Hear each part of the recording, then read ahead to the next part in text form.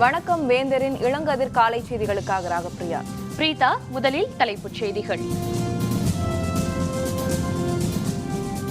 முதல்வர் ஜெயலலிதா உடல்நிலையில் நல்ல முன்னேற்றம் பேசுகிறார் என அப்பல்லோ மருத்துவமனை அறிக்கை.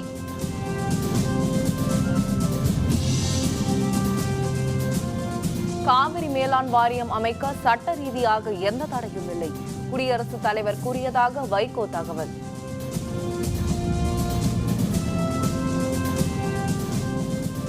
கோவையில் IAS அகாடமியில் பட்டாசுகள் வெடித்த விபத்தில் ஒருவர் பலி. விபத்துக்கு மின்கசிவு காரணம் என தகவல்.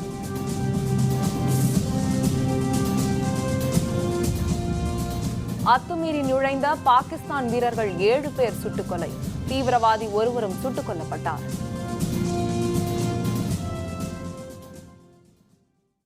முதல்வர் ஜெயலலிதாவின் உடல்நிலையில் படிப்படியாக நல்ல முன்னேற்றம் ஏற்பட்டு வருவதாகவும் மற்றவர்களுடன் பேசுவதாகவும் அப்பல்லோ மருத்துவமனை அறிவித்துள்ளது.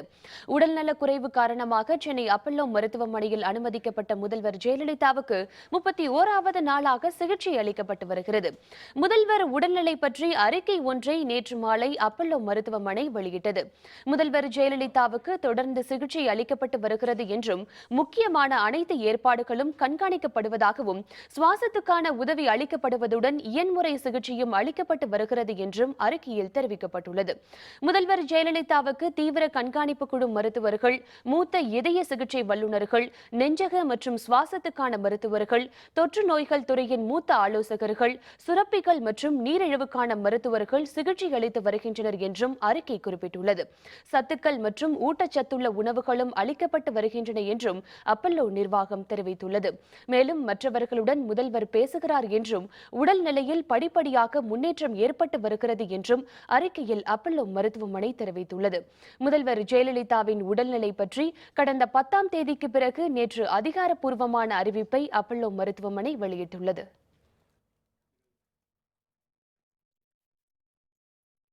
காவிரி மேலாண் வாரியம் அமைக்க சட்ட ரீதியாக எந்த தடையும் இல்லை என குடியரசுத் தலைவர் பிரணாப் முகர்ஜி கூறியதாக மதிமுக பொதுச்செயலர் வைகோ தெரிவித்துள்ளார். மக்கள் நல கூட்டணி சார்பில் மதிமுக பொதுச்செயலர் வைகோ, இந்திய கம்யூனிஸ்ட் கட்சியின் மூத்த தலைவர் டி ராஜா, மார்க்சிய கம்யூனிஸ்ட் மாநில செயலர் ஜி ராமகிருஷ்ணன், விடுதலை சிறுத்தைகள் கட்சி தலைவர் தொல் திருமாவளவன் உள்ளிட்டோர் தில்லியில் நேற்று குடியரசுத் தலைவரை சந்தித்தனர்.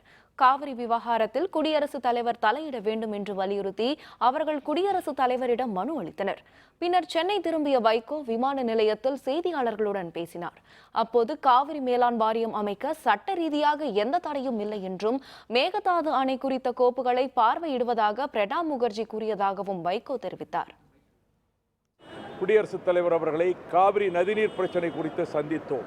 கர்நாடக அரசு உச்சநீதிமன்ற தீர்ப்பையே மதிக்கவில்லை என்பதால் மேலாண்மை வாரியம் அமைக்க வேண்டும் என்று உச்சநீதிமன்றம் கூறியதற்கும் கூட முகுல் ரோத்தகி ஒப்புக்கொண்டார் அட்டர்னி ஜெனரல். பின்னர் முடியாது என்று உச்சநீதிமன்றத்திலே மறுத்துவிட்டார் என்ற போது அரசியல் சட்ட ரீதியாக அப்படி அமைக்க முடியாதா, தடையேதாவது இருக்கிறதா என்று கேட்டபோது அப்படி தடையேதும் இல்லை என்று தலையை அசைத்தவாறு தன் கருத்தை பதிவு செய்தார் ஜனாதிபதி அவர்கள். உதய் திட்டத்தில் சேர தமிழக அரசு முன்வந்துள்ளதாக மத்திய மின்துறை அமைச்சர் பியூஷ் கோயல் தெரிவித்துள்ளார். தமிழக மின்துறை அமைச்சர் தங்கமணி தில்லியில் மத்திய மின்துறை அமைச்சர் பியூஷ் கோயலை சந்தித்தார். அவருடன் அரசு உயர் அலுவலர்களும் மின் பகிர்மான கழக தலைவர் உள்ளிட்டோரும் உடனிருந்தனர். 1 மணி நேரம் நடைபெற்ற சந்திப்பில் மத்திய அரசின் உதய் திட்டத்தில் தமிழகம் இணைவது தொடர்பாக அமைச்சருடன் அவர்கள் ஆலோசனை மேற்கொண்டனர். இதனைத் தொடர்ந்து செய்தியாளர்களுடன் பேசிய மத்திய அமைச்சர் பியூஷ் கோயல், உதய் திட்டத்தில் சேர தமிழகம் சில நிபந்தனைகளை விதித்துள்ளதாக தெரிவித்தார். எனினும் உதய் திட்டத்தில் இணைய தமிழகம் முன்வந்துள்ளதாகவும் அவர் கூறினார். புதுப்பிக்கத்தக்க எரிசக்தி துறையில் தமிழகம் சிறப்பாக செயல்படுகிறது எனவும் அவர் குறிப்பிட்டார்.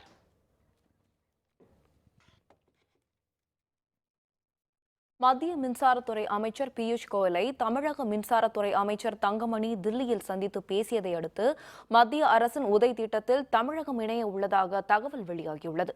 இந்த திட்டத்தின் முக்கிய அம்சங்கள் பற்றி தற்போது பார்க்கலாம். இந்த திட்டத்தின்படி 2015ஆம் ஆண்டு செப்டம்பர் 30ஆம் தேதி நிலவரப்படி மின் பகிர்மான நிறுவனங்களின் 75% கடன்களை மாநில அரசுகள் எடுத்துக்கொள்ள வேண்டும். அடுத்த 2 ஆண்டுகளில் முறையே 50% கடன்களையும் 25% கடன்களையும் தங்கள் பொறுப்பில் எடுத்துக்கொள்ள வேண்டும். 2015-16, 2016-17 நிதியாண்டுகளுக்கான மாநிலங்களுக்கான நிதி பற்றாக்குறை கணக்கீடுகளில் உதய் திட்டத்தில் மாநிலங்கள் எடுத்துக்கொண்ட கடன் பொறுப்புகள் சேர்த்துக் கொள்ளப்பட மாட்டாது. இதனால் கடன் விவரங்கள் மிகைப்படுத்தி காட்டப்படாது. மின்சார பகிர்வு நிறுவனங்களுக்கு கடன் வழங்கிய வங்கிகள், நிதி நிறுவனங்கள் ஆகியவற்றுக்கு நேரடியாக மாநில அரசுகள் பத்திரங்கள் வழங்க வேண்டும் அல்லது வெளிச்சந்தையில் வழங்கி அவற்றுக்கு உரிய பணத்தை செலுத்த வேண்டும். திட்டத்தை செயல்படுத்தும் மாநிலங்களுக்கு கூடுதல் முன்னுரிமை நிதியுதவி அளிக்கப்படும்.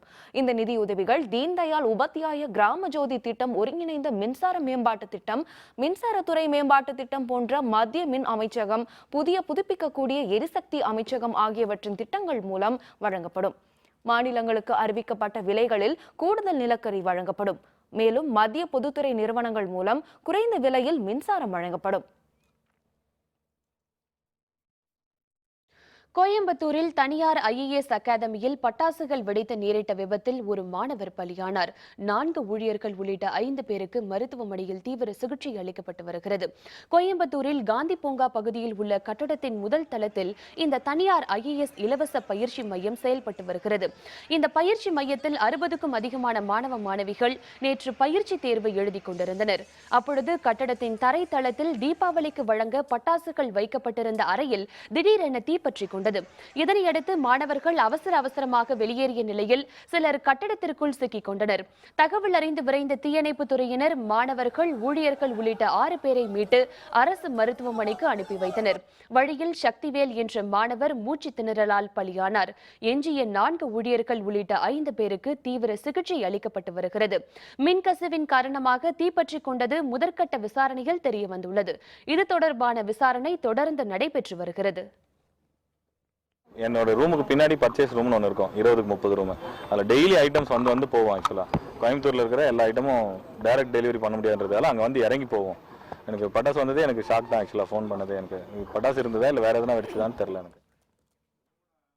ஒடிசாவில் நேரிட்ட மருத்துவமனை தீ விபத்தில் 24 நோயாளிகள் பலியான சம்பவத்திற்கு பொறுப்பேற்று அம்மாநில மக்கள் நல வாழ்வுத்துறை அமைச்சர் பதவி விலகியுள்ளார். புவனேஸ்வரத்தில் உள்ள மருத்துவமனையில் கடந்த 17ஆம் தேதி இரவு நேரிட்ட தீ விபத்தில் 21 நோயாளிகள் பலியாகினர். 100க்கும் அதிகமானோர் படுகாயமடைந்தனர். படுகாயம் அடைந்தவர்களில் சிகிச்சை பலனின்றி மேலும் 3 உயிரிழந்ததால் பலி எண்ணிக்கை 24ஆக உயர்ந்தது. வழக்கு பதிவு செய்து தொடர் விசாரணை மேற்கொண்ட காவல்துறையினர் மருத்துவமனையின் நிர்வாகிகள் 4 பேரை கைது செய்தனர். இதனிடையே மருத்துவமனையின் இயக்குநர் மனோஜ் நாயக் அண்மையில் காண்டாங்கிரி காவல் நிலையத்தில் சரணடைந்தார்.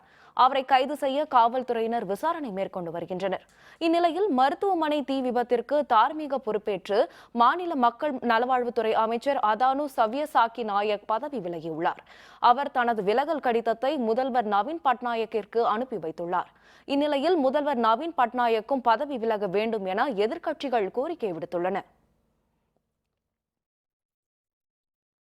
இந்திய ராணுவம் நடத்திய தாக்குதலில் எல்லைப் பகுதியில் அத்துமீறி தாக்குதல் நடத்திய பாகிஸ்தான் எல்லைப்படையை சேர்ந்த 7 வீரர்கள் சுட்டுக் கொல்லப்பட்டனர். மேலும் தீவிரவாதி ஒருவரும் சுட்டுக் கொல்லப்பட்டார். காஷ்மீர் மாநிலம் ஊரி ராணுவ முகாம் மீது பாகிஸ்தான் ஆதரவு தீவிரவாதிகள் நடத்திய தாக்குதலில் 19 ராணுவ வீரர்கள் உயிரிழந்தனர். இதற்கு பதிலடியாக பாகிஸ்தான் ஆக்கிரமிப்பு பகுதியில் இந்திய ராணுவம் துல்லிய தாக்குதல் நடத்தியது. இதில் பயங்கரவாத முகாம்களும் பயங்கரவாதிகளும் சுட்டுக் கொல்லப்பட்டனர். இதனையடுத்து எல்லைக்கோட்டு பகுதியில் பாகிஸ்தான் ராணுவம் அத்துமீறி தாக்குதல் நடத்தி வருகிறது. இதற்கு இந்திய ராணுவ தரப்பில் தக்க பதிலடி கொடுக்கப்பட்டு வருகிறது. இதனிடையே காஷ்மீர் மாநிலம் ரஜௌரி பகுதியில் மீண்டும் ஊடுருவல் சம்பவம் நடைபெற்றது. அப்பொழுது இந்திய ராணுவத்தின் பதிலடி தாக்குதலில் பாகிஸ்தான் வீரர்கள் 7 பேர் பலியானார்கள். பாகிஸ்தான் ஆக்கிரமிப்பு காஷ்மீர் பகுதியில் இந்திய ராணுவம் நடத்திய துல்லிய தாக்குதலுக்கு பிறகு பாகிஸ்தான் ராணுவம் 36 முறை ஊடுருவல் நடத்தியுள்ளது. BSF retaliated the fire of the Pakistan. Since we had hit many ranges, we gave the reply. If they again do this kind of misadventure, proper reply will be given to them. That they will remember. It's better not to get into this kind of unprovoked ceasefire violations. உடல்நிலை பாதிக்கப்பட்ட காட்டு யானை சிகிச்சைக்காக சாடிய வயல் முகாமிற்கு கொண்டு செல்லப்பட்டது. விவரம் விளம்பர இடைவேளைக்கு பிறகு.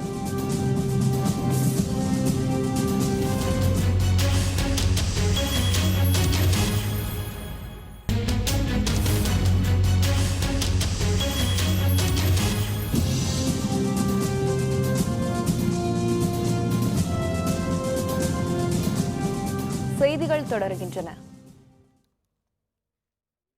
திருச்சியில் தீபாவளி திருநாள் பாதுகாப்பிற்காக 26 கண்காணிப்பு கேமராக்கள் பொருத்தப்பட்டுள்ளதாக மாநகர காவல்துறை ஆணையர் தெரிவித்துள்ளார். தீபாவளி திருநாளுக்கு இன்னும் சில நாட்களே உள்ள நிலையில் திருச்சி மாநகரின் முக்கிய பகுதிகளான சிங்காரத்தோப்பு, கல்லூரி சாலை, பெரிய கடை வீதி, சத்திரம் பேருந்து நிலையம் உள்ளிட்ட பகுதிகளில் ஆடைகள், பொருட்கள் வாங்க மக்கள் கூட்டம் அலைமோதுகிறது. மக்கள் பாதுகாப்பிற்காக காவல்துறை பல்வேறு ஏற்பாடுகளை செய்து வருகிறது. அதன் ஒரு பகுதியாக திருச்சி நந்திகோவில் சாலையில் அமைக்கப்பட்டுள்ள புறக்காவல் நிலையத்தை திறந்து வைத்த மாநகர காவல் ஆணையர் மஞ்சுநாதா பின்னர் செய்தியாளர்களுடன் பேசுகையில் பாதுகாப்பு ஏற்பாடுகள் குறித்து விவரித்தார். தீபாவளிக்கு மக்களுக்கு ஒரு ஸ்பெஷல் பந்தோபஸ்த் அரேஞ்ச்மெண்ட்ஸ் நம்ம பண்ணிட்டு இருக்கிறோம். மக்கள் போகிறது வருது, அவங்களுக்கு வேண்டிய பொருளை பர்ச்சேஸ் பண்ணுறது, இதுக்கு எல்லாத்துக்குமே ஃப்ளோ வந்து ஈஸியாக இருக்கணுன்றது. ஃபெஸ்டிவல்ஸ் டைம்லி இந்த கிரைம் திருட்டு ஆக்டிவிட்டீஸ்க்கு கொஞ்சம் ஜாஸ்தி ஆகும். ஆன்டி சோஷியல் எலிமெண்ட்ஸ் எல்லாம் அதை தடுக்கிறது. தீபாவளி திருநாளையொட்டி கொல்லிமலையில் பட்டாசு வெடிக்க தடை விதிக்கப்பட்டுள்ளதாகவும் மீறினால் நடவடிக்கை மேற்கொள்ளப்படும் என்றும் வனத்துறை அறிவித்துள்ளது. நாமக்கல் மாவட்டத்தில் மூலிகை வளம் பொருந்திய பகுதியாக கொல்லிமலை விளங்கி வருகிறது. இங்கு ஆகாய கங்கை நீர்வீழ்ச்சியோடு அரிய வகை பறவை இனங்களும் உள்ளன. இந்நிலையில் தீபாவளி திருநாளை ஒட்டி இங்கு பட்டாசு வெடிக்க தடை விதிக்கப்பட்டுள்ளது. பட்டாசு வெடிப்பதால் இயற்கை சூழல் கெடுவதுடன் காட்டுத்தீ ஏற்படும் அபாயம் உள்ளதாக கூறும் வனத்துறையினர் தடையை மீறுபவர்கள் மீது சட்டப்படி நடவடிக்கை மேற்கொள்ளப்படும் என்று தெரிவித்துள்ளனர். இங்கே இருக்கக்கூடிய மக்கள், அதாவது ஒரு 16 நாடுகள், 14 ஊராட்சிகளை கொண்ட குண்டூர் நாடுன்ற ஊராட்சிகளில் இருக்கக்கூடிய மக்கள் இந்த தீபாவளி பண்டிகையில் ஒரு பட்டாசு அது மாதிரி அதிக சத்தம் வரக்கூடிய பட்டாசுகளை வெடித்து சுற்றுப்புற சூழலுக்கும் வனத்திற்கும் கேடு விளைவிக்காத வண்ணம் செயல்படுமாறு மாவட்ட வன நிர்வாகத்தின் சார்பாக கேட்டுக்கொள்ளப்படுகிறது. கோயம்புத்தூர் பெரிய தடாகம் பகுதியில் இருந்து சாடிவயல் யானைகள் முகாமிற்கு கொண்டு செல்லப்படும் உடல் நலிவுற்ற காட்டு யானைக்கு தொடர் சிகிச்சை அளித்த பின்னரே அதை காட்டில் விடுவது குறித்து முடிவு செய்யப்படும் என வனத்துறை அலுவலர்கள் தெரிவித்தனர். கோவையை ஒட்டிய பெரிய தடாகம் சிட்டப்பெருக்கி பள்ளம் வனப்பகுதியில் 30 வயது மதிக்கத்தக்க பெண் யானை ஒன்று உடல்நலக்குறைவு காரணமாக 3 நாட்களுக்கு முன் கீழே விழுந்து கிடந்தது. தகவல் அறிந்த வனத்துறையினர் பாதிக்கப்பட்ட காட்டு யானைக்கு 2 நாட்களாக மருத்துவர் மனோகரன் தலைமையில் தீவிர சிகிச்சை அளித்தனர். இந்நிலையில் நேற்று முன்னாள் இரவு யானை எழுந்து வனப்பகுதிக்குள் நடந்து சென்றது. இதனால் வனத்துறையினரும் பிறரும் நிம்மதியடைந்த நிலையில் 6 கிலோமீட்டர் தூரம் நடந்து சென்ற யானை மீண்டும் கீழே விழுந்துவிட்டது. யானை விழுந்து கிடப்பது பற்றி காலையில் தகவல் அறிந்த வனத்துறை மருத்துவ குழுவினர் 3வது நாளாக யானைக்கு சிகிச்சை அளித்தனர். இதையடுத்து வயிற்று பிரச்சனையால் பாதிக்கப்பட்டுள்ள அந்த யானையை சாடிவயல் யானைகள் முகாமிற்கு கொண்டு செல்ல வனத்துறை மருத்துவ குழுவினர் முடிவு செய்தனர். உயர் அலுவலர்கள் அனுமதி பெற்று கிரேன் மூலம் யானையை தூக்கி லாரியில் இருத்தி சாடிவயல் முகாமிற்கு வனத்துறையினர் கொண்டு சென்றனர். நோயால் பாதிக்கப்பட்ட யானைக்கு முழுமையான சிகிச்சையும் வைட்டமின் மருந்துகளும் தரப்பட்டு வருவதாகவும் யானை முழு குணமடைந்த பின்னரே வனப்பகுதியில் விடுவது பற்றி முடிவு செய்யப்படும் என்றும் வனத்துறை அலுவலர்கள் தெரிவித்தனர். புதுக்கோட்டை அருகே குடியிருக்கும் இடத்தை போலி ஆவணங்கள் மூலம் அபகரிக்க முயல்பவர்கள் மீது நடவடிக்கை எடுக்க வலியுறுத்தி கொட்டும் மழையிலும் மக்கள் சாலை மறியல் போராட்டத்தில் ஈடுபட்டனர். புதுக்கோட்டை மாவட்டம் மேட்டுப்பட்டியை அடுத்த உடையநரி காலனியில் சுமார் 100க்கும் அதிகமான குடும்பங்கள் வசித்து வருகின்றன. இலங்கை அகதிகளுக்காக ஒதுக்கப்பட்ட இந்த இடத்திலிருந்து அவர்கள் மாற்று இடத்திற்கு சென்றதால் வேறு சிலர் இங்கு குடியிருப்புகளை அமைத்து வாழ்ந்து வருகின்றனர். இந்த இடத்தை காவல்துறை கண்காணிப்பாளர் அலுவலகத்தில் பணிபுரியும் சிலர் போலி ஆவணங்கள் மூலம் அபகரிக்க முயல்வதாக புகார் எழுந்துள்ளது. இந்நிலையில் குடியிருப்பை அபகரிக்க முயல்பவர்கள் மீது நடவடிக்கை எடுக்க வலியுறுத்தி உடையநரி காலனி மக்கள் புதுக்கோட்டை பட்டுக்கோட்டை சாலையில் மறியலில் ஈடுபட்டனர். உரிய நடவடிக்கை எடுப்பதாக காவல்துறையினர் அளித்த உறுதியின் பேரில் மறியல் கைவிடப்பட்டது. ஒரு 50, 60, 200 பேர் போலீஸ்கிட்ட கொண்டாந்து வச்சு எங்களை எல்லாம் இடமெல்லாம் அளந்து வீட்டில் வந்து மிரட்டுறாங்க. சார் நீங்கள் அளந்துட்டு போட்டு அளந்து போட்டு இப்போ ஜேசிபி வச்சு நிறவணும். அதே மாதிரி ஜேசிபியை கொண்டாந்து வச்சுக்கிட்டு ஒரு 6-7 வீடு நிறைவிட்டாங்க சார்.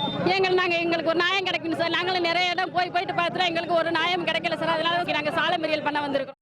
இலங்கை அகதிகளுக்கு ஒதுக்கப்பட்ட நிலங்களை வந்து போலி ஆவணங்கள் மூலமாக பல சமூக விரோதிகள் வந்து கென்னடி, ஸ்டாலின் மாஸ்கோ இந்த மாதிரி ஆட்கள்லாம் வந்து போலி ஆவணங்கள் மூலமாக இதை வந்து கைப்பற்றுறதுல முயற்சி பண்ணியிருக்காங்க. இதை வந்து தகுந்த நடவடிக்கை மாவட்ட நிர்வாகமும் காவல்துறையும் தக்க நடவடிக்கை எடுக்கணும். அவங்க மேலே கைது நடவடிக்கை எடுக்கணும். தமிழகத்திலேயே முதல் முறையாக நீலகிரி மாவட்டத்தில் பழங்குடியினர் பள்ளியில் தேசிய மாணவர் படை அறிமுகம் செய்யப்பட்டுள்ளது. உதகை அருகே உள்ள நஞ்சநாடு கிராமத்தில் மத்திய அரசின் நிதி உதவியுடன் ஏகலைவா பழங்குடியினர் உண்டு உறைவிட பள்ளி கடந்த மாதம் தொடங்கப்பட்டது. இங்கு நீலகிரி மாவட்ட NCC சார்பில் தேசிய மாணவர் படை துவக்க நிகழ்ச்சி நடைபெற்றது. இதில் மாவட்ட NCC கமாண்டன்ட் ராவத் சிறப்பு அழைப்பாளராக பங்கேற்று கொடியேற்றி வைத்து மாணவ மாணவிகளுக்கு வாழ்த்து தெரிவித்தார். இதனைத் தொடர்ந்து பழங்குடியின மாணவ மாணவிகளின் கலை நிகழ்ச்சிகள் நடைபெற்றன.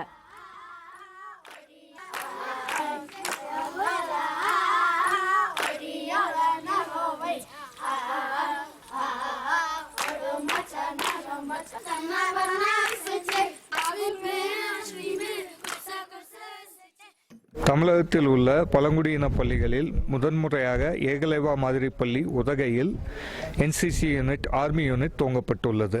NCCயில் இருக்கிறப்போ மாணவர்களோட கான்ஃபிடென்ஸ் லெவல் இன்க்ரீஸ் ஆகும். அவங்க ஒரு நல்ல குடிமக்களாக வளர்கிறதுக்கு வாய்ப்புகள் உருவாகுது. தமிழக பள்ளிகளிலே பழங்குடியின பள்ளிகளில் முதல் முறையாக நம்ம இதை துவக்கியிருக்கோம். திருவண்ணாமலை அருள்மிகு அண்ணாமலையார் கோவிலில் இம்மாதம் 80 லட்சம் ரூபாய் உண்டியல் காணிக்கையாக பக்தர்களால் செலுத்தப்பட்டுள்ளதாக கோவில் நிர்வாகம் தெரிவித்துள்ளது. திருவண்ணாமலை அருள்மிகு அண்ணாமலையார் கோவிலில் மாதந்தோறும் பௌர்ணமி நாள் முடிந்ததும் உண்டியலில் காணிக்கையாக செலுத்தப்பட்ட பணத்தை எண்ணுவது வழக்கம். இதன்படி அண்ணாமலையார் கோவில் மற்றும் கிரிவல பாதைகளில் உள்ள கோவில்களில் உள்ள உண்டியல்களில் செலுத்தப்பட்ட பணத்தை எண்ணும் பணி நடைபெற்றது. காலையில் தொடங்கி மாலை வரை கோவில் வளாகத்தில் நடைபெற்ற இந்த பணியின் முடிவில் 80 லட்சம் ரூபாய் காணிக்கையாக செலுத்தப்பட்டுள்ளதாக கோவில் நிர்வாகம் தெரிவித்துள்ளது. சிவகங்கை மாவட்டத்தில் 1 மணி நேரத்திற்கும் மேல் பெய்த மழையால் அப்பகுதி மக்கள் மகிழ்ச்சி அடைந்துள்ளனர். சிவகங்கை மாவட்டம் காரைக்குடி மற்றும் அதன் சுற்றுவட்டார பகுதிகளில் கடந்த 20 நாட்களுக்கும் மேலாக வெயில் வாட்டி வந்தது.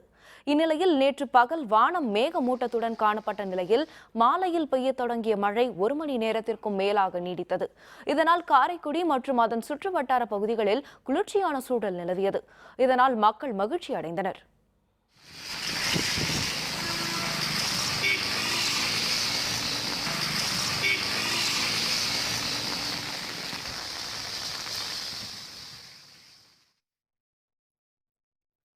இந்தியன் சூப்பர் லீக் கால்பந்து போட்டி கோவா அணி வெற்றி. விவரம் விளம்பர இடைவேளைக்கு பிறகு.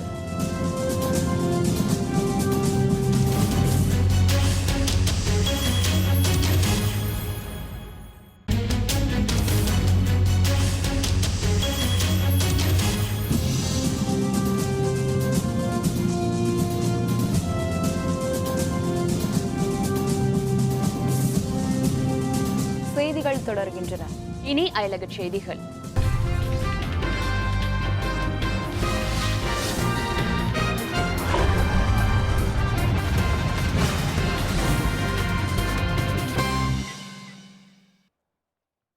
அமெரிக்காவின் கலிபோர்னியா மாகாணத்தில் செயற்கை பலகை தொழிற்சாலையில் ஏற்பட்ட தீயை அணைக்க வீரர்கள் போராடி வருகின்றனர்.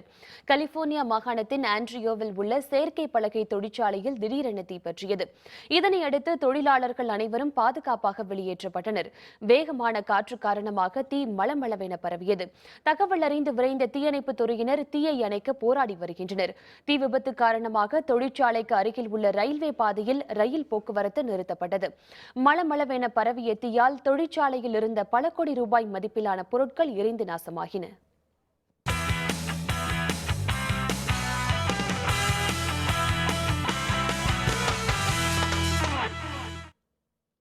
இந்தியன் சூப்பர் லீக் கால்பந்து தொடரில் கோவா அணி 1-0 என்ற கோல் கணக்கில் மும்பை அணியை வீழ்த்தியது. இந்த தொடரின் 19வது லீக் போட்டி மும்பையில் நடைபெற்றது. இதில் கோவா அணி மும்பை அணியுடன் பலப்பரீட்சை நடத்தியது. இரு அணிகளும் ஒன்றுக்கொன்று கடும் சவால் அளித்த நிலையில் ஆட்டத்தின் 41வது நிமிடத்தில் கோவா வீரர் ரிச்சார்லிசன் கோல் அடித்து அசத்தினார். இதன் பிறகு கடுமையாக போராடியும் மும்பை அணியால் கோல் அடிக்க இயலவில்லை. இதனால் கோவா அணி 1-0 என்ற கோல் கணக்கில் வென்று இந்த தொடரில் தனது முதல் வெற்றியை பதிவு செய்தது.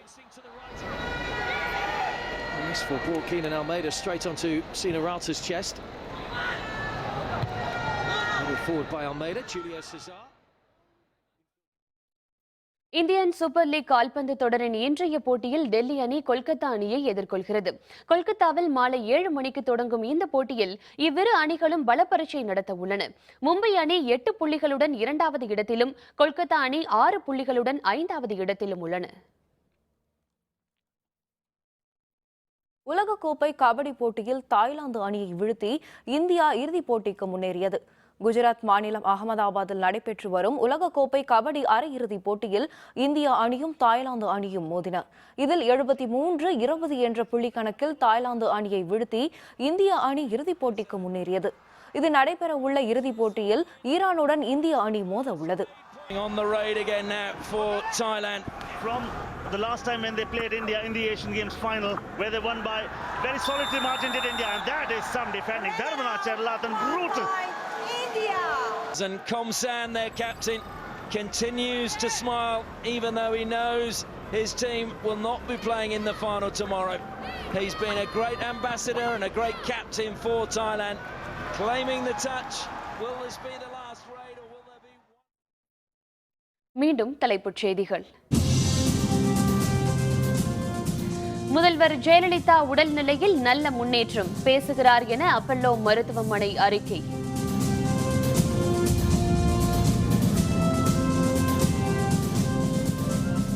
காவிரி மேலாண் வாரியம் அமைக்க சட்ட ரீதியாக எந்த தடையும் இல்லை, குடியரசுத் தலைவர் கூறியதாக வைகோ தகவல்.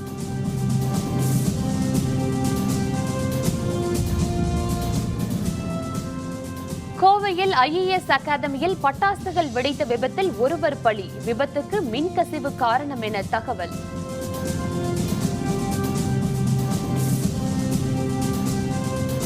அத்துமீறி நுழைந்த பாகிஸ்தான் வீரர்கள் 7 பேர் சுட்டுக்கொலை, தீவிரவாதி ஒருவரும் சுட்டுக் கொல்லப்பட்டார்.